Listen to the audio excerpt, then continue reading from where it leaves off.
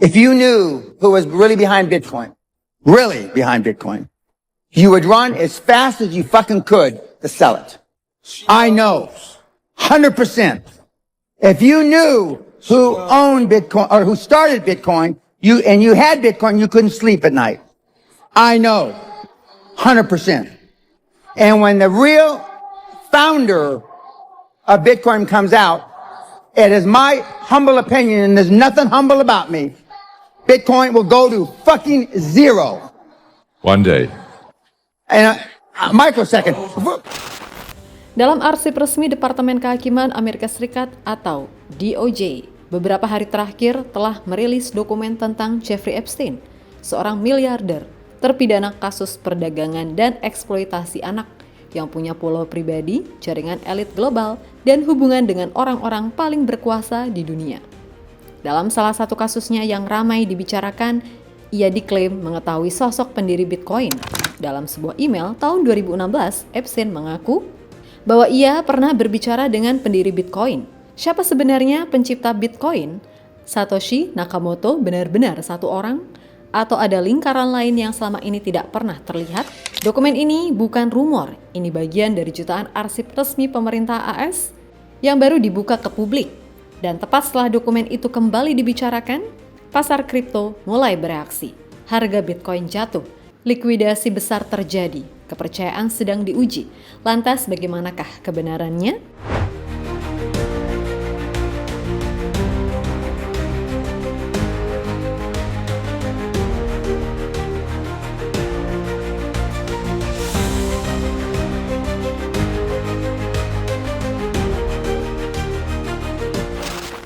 Beberapa tahun lalu, ada satu klip lama yang sempat beredar, sebuah potongan video seorang pengusaha Amerika bernama Dan Pena. Di video itu, Dan Pena mengucapkan satu kalimat yang saat itu terdengar berlebihan, bahkan banyak yang menertawakannya. Ia berkata kira-kira begini, "Kalau orang benar-benar tahu siapa yang menciptakan Bitcoin, semua orang akan buru-buru menjual Bitcoin mereka." If you knew who was really behind Bitcoin, you would run as fast as you fucking could to sell it. I know. 100%. If you knew who owned Bitcoin or who started Bitcoin, you had Bitcoin, you couldn't sleep at night. I know. 100%.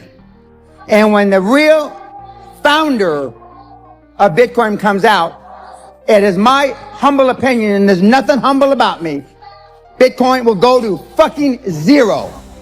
One day. And a microsecond. Dan di kesempatan lain, Pena bahkan mengaitkan pencipta Bitcoin dengan Vladimir Putin dan Rusia sebagai senjata ekonomi untuk melemahkan Amerika Serikat. You know who's behind Bitcoin? Putin. It's a Ruski conspiracy to fuck up the American economy and the world. It's a long-range plan he started 7-8 years ago. He's going to see the demise of the Western financial world while he's still the head of Russia. He's going to be there long enough. Peringatannya terdengar keras, terlalu ekstrim bagi banyak orang. Selama bertahun-tahun, pernyataan tersebut dianggap omong kosong. Sebagian menyebutnya sensasi, sebagian lain menyebutnya teori liar. Narasi itu pun memudar, Bitcoin terus naik. Pasar terus percaya, dan peringatan itu perlahan dilupakan. Namun hari ini, kalimat itu terdengar berbeda.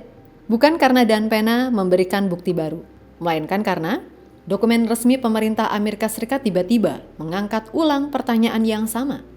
Dan kali ini ia datang dari arsip resmi negara. Ditulis oleh satu nama yang selalu muncul di balik jaringan kekuasaan, Jeffrey Epstein.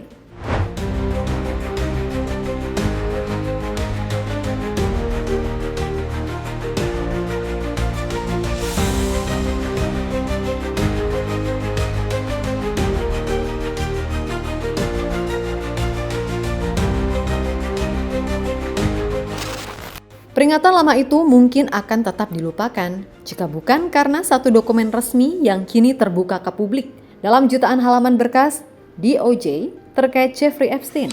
Di antara tumpukan dokumen tersebut ada satu email dari tahun 2016 dengan kode arsip EFTA 00815445. Dalam email tersebut, Jeffrey Epstein menulis bahwa ia telah berbicara dengan some of the founder of Bitcoin.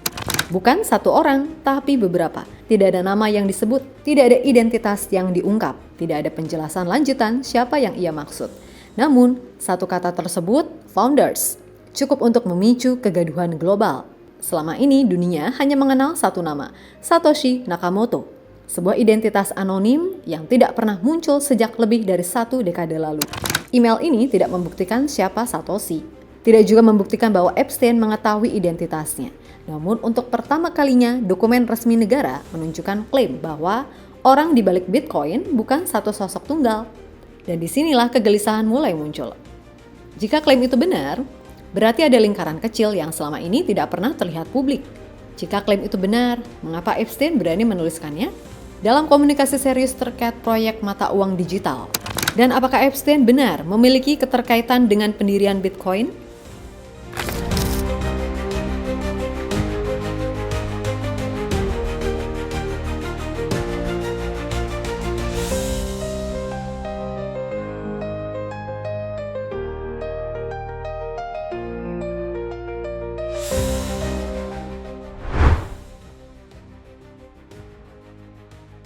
Sampai di titik ini, satu hal perlu diluruskan dengan tegas. Jeffrey Epstein bukan pencipta Bitcoin.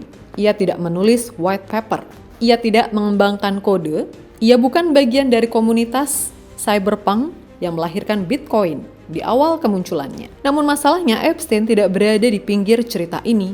Dokumen resmi menunjukkan bahwa ia justru muncul di hampir setiap simpul penting ekosistem kripto awal. Epstein tercatat sebagai investor awal di Coinbase, salah satu bursa kripto terbesar di dunia saat ini. Ia juga terlibat dalam pendanaan Blockstream, perusahaan infrastruktur Bitcoin yang berisi tokoh-tokoh kunci di balik pengembangan teknologi Bitcoin. Lebih dari itu, Epstein menyumbangkan dana ke MIT Media Lab tepat pada periode ketika Bitcoin Core kehilangan sumber pendanaan dan para pengembang intinya harus mencari sokongan baru. Dana itu digunakan untuk membayar beberapa nama penting dalam pengembangan Bitcoin awal.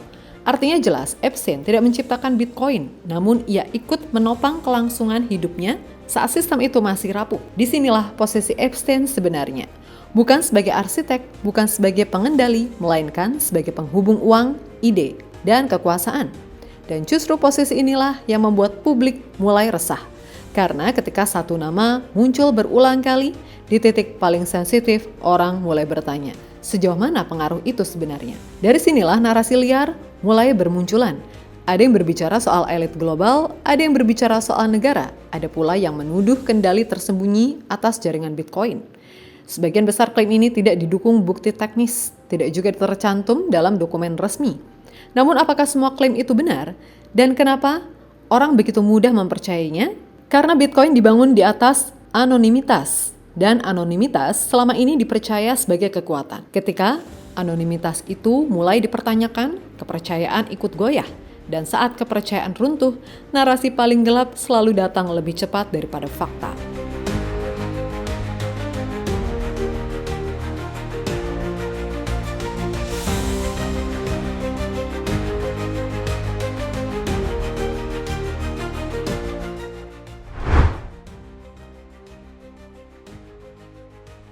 Selama bertahun-tahun Bitcoin dijual dengan satu narasi besar sebagai emas digital, aset lindung nilai, pelindungan kekayaan saat dunia tidak stabil. Namun beberapa bulan terakhir narasi itu mulai diuji. Ketika ketegangan geopolitik meningkat, ketika pasar global mencari perlindungan, yang justru diburu investor adalah aset lama, emas dan instrumen aman tradisional. Bitcoin tidak alih-alih menguat, Bitcoin justru ikut tertekan. Harga turun tajam, likuidasi besar terjadi, dan arus dana mulai keluar. Ini membuat satu pertanyaan lama muncul kembali. Apakah Bitcoin benar-benar emas digital?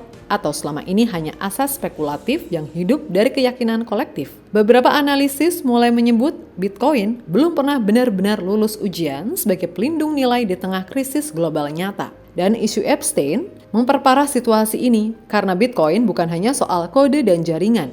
Ia berdiri di atas narasi. Dan narasi itu berdiri di atas kepercayaan. Ketika teknologi tidak berubah, tapi kepercayaan mulai retak, harga selalu menjadi yang pertama bereaksi. Bukan karena sistem Bitcoin rusak, melainkan karena keyakinan bahwa sistem itu sepenuhnya bebas dari pengaruh mulai dipertanyakan. Di titik ini, kejatuhan harga bukan sekedar koreksi pasar, ia menjadi cermin tentang bagaimana Bitcoin dipersepsikan hari ini. Apakah sebagai aset pelindung jangka panjang atau hanya instrumen spekulasi yang rapuh ketika kepercayaan diuji? Dan inilah konteks sebenarnya mengapa satu kalimat dalam dokumen DOJ bisa berdampak jauh lebih besar daripada yang terlihat di atas kertas. Gimana? Masih percaya pada Bitcoin? Saatnya menjual atau serok?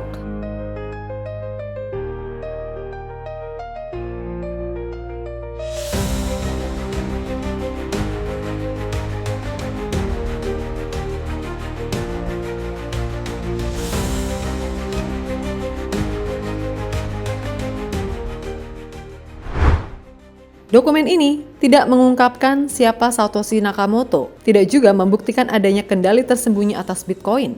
Namun satu hal yang menjadi jelas, Bitcoin bukan hanya soal teknologi, ia adalah soal kepercayaan. Selama bertahun-tahun, kepercayaan itu dibangun di atas anonimitas, di atas keyakinan bahwa tidak ada satu tangan pun yang mengendalikan sistem, bahwa Bitcoin berdiri di luar pengaruh siapapun. Kini, satu kalimat dalam arsip resmi negara cukup untuk membuat dunia bertanya ulang. Bukan karena jawabannya sudah ditemukan, melainkan karena pertanyaannya tidak lagi bisa diabaikan. Mungkin yang berbahaya bukan siapa sebenarnya pencipta Bitcoin, melainkan apa yang terjadi ketika kepercayaan terhadap sistem itu mulai retak.